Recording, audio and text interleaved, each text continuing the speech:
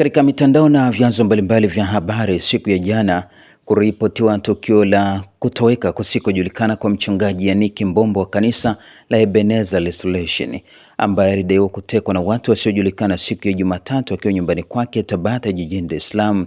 Na kwa mujibu wa taarifa ambayo familia ilitoa kwa Baba Askofu Mamakula, watu hao walimfuata mchungaji huyu na gari aina ya Defender nyeupe wakiwa na silaha. Walimkuta nyumbani pamoja na dada wa kazi na watoto wake wawili. Watu hao bila kujitambulisha walimchukua mchungaji huyo na kutokomea naye kusikojulikana. Ndugu zake wamemtafuta vituo vyote vya polisi jijini Dar bila mafanikio. Mchungaji Mbombo ni raia wa Congo DRC ambaye amekuwa akifanya huduma zake hapa nchini. Ndugu na marafiki zake wamefuatilia uhamiaji kujua kama ndio waliomkamata, lakini wamekana kuhusika. Tukio hilo lilipotea ubalozi wa Kongo jijini Dar es Salaam na kituo cha polisi Tabata na kupewa RB namba TBT RB 64 2026. Hii ni taarifa iliyotolewa na Malisa kuhusiana na mchungaji Yannick Mbombo kutoweka kusikojulikana.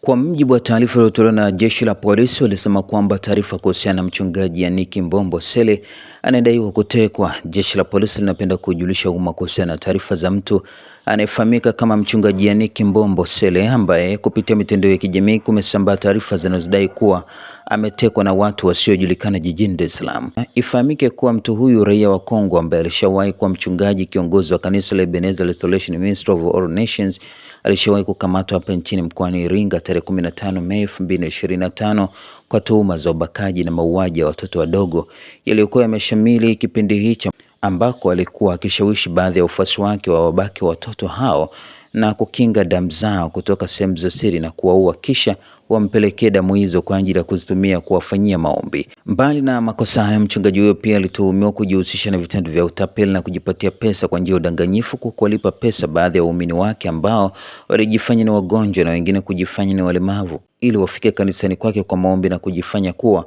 wamepona, huku wengine wakijifanya kupiga simu za ushuhuda wa kuponywa au kufanikiwa shida zao kupitia vyombo vya habari alivyokuwa akivitumia kutangaza kanisa lake mkoani Iringa.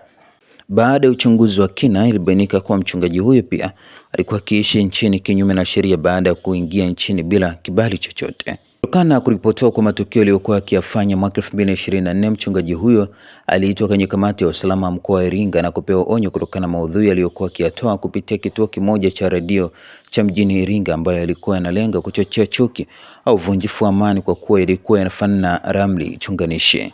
Ili kufahamu yaliyokuwa kitendeka, timu ya upelelezi ilifanya uchunguzi wa kina na kutokana na ushahidi uliokusanywa walifanikiwa kukamatwa kwa watuhumiwa waliokuwa wakishirikiana nao pamoja na vielelezo vilivyopatikana nyumbani kwake na kanisani kwake, zikiwemo hirizi 5, pete 3 zenye picha za kutisha, magic face, magamba 5 ya konokono, vitambaa 3 vya rangi nyeupe vyenye matone ya damu, chupa 2 ndogo zenye mafuta ya dhaniwayo kuwa ni ya mnyama simba na unga uliokuwepo kwenye chupa ndogo ya maji unaosadikika kuwa unatokana na gamba la kobe.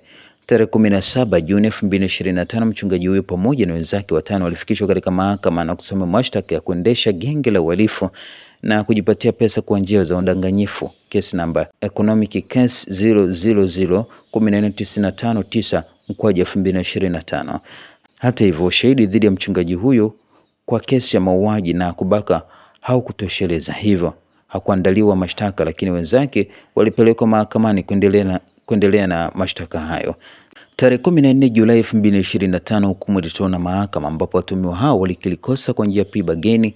Walihukumiwa kutotenda kosa lolote la jinai kwa muda wa miezi 12, kulipa faini ya Jamhuri ya Muungano wa Tanzania kiasi cha shilingi milioni 20 pamoja na magari yao 3 kutaifishwa. Baada ya kulipa kiasi hicho cha pesa, washtakiwa hao waliachiliwa huru. Hata hivyo, baada ya hukumu hiyo kutolewa, ilibainika kuwa mchungaji huyo Yannick Mbombo Sele bado alikuwa akituhumiwa kuendelea kufanya udanganyifu kupitia kanisa lake la Ebenezer Restoration Ministry of All Nations, na ufuatiliaji ulifanyika ambapo alikamatwa tena na kukiri kuendelea kutoa huduma katika kanisa hilo. Baada ya kukamatwa, ofisi ya mkuu wa upelelezi mkoa wa Iringa ilimkabidhi kwa kamanda wa uhamiaji mkoa wa Iringa, ambapo mchungaji huyo aliondolewa nchini na kutakiwa asirudi tena. Kutokana na hayo, jeshi la polisi limeshangaa kuona taarifa kwenye mitandao ya kijamii kuwa mchungaji huyo alikuwepo nchini na ametekwa na watu wasiojulikana. Hata hivyo, baada ya kuiona taarifa hiyo, jeshi la polisi linaendelea na uchunguzi na linaomba kwa yeyote mwenye taarifa au ushuhuda utakaowezesha kuthibitisha taarifa hizo asisite kuziwasilisha kwenye kituo chochote cha polisi kilicho karibu naye.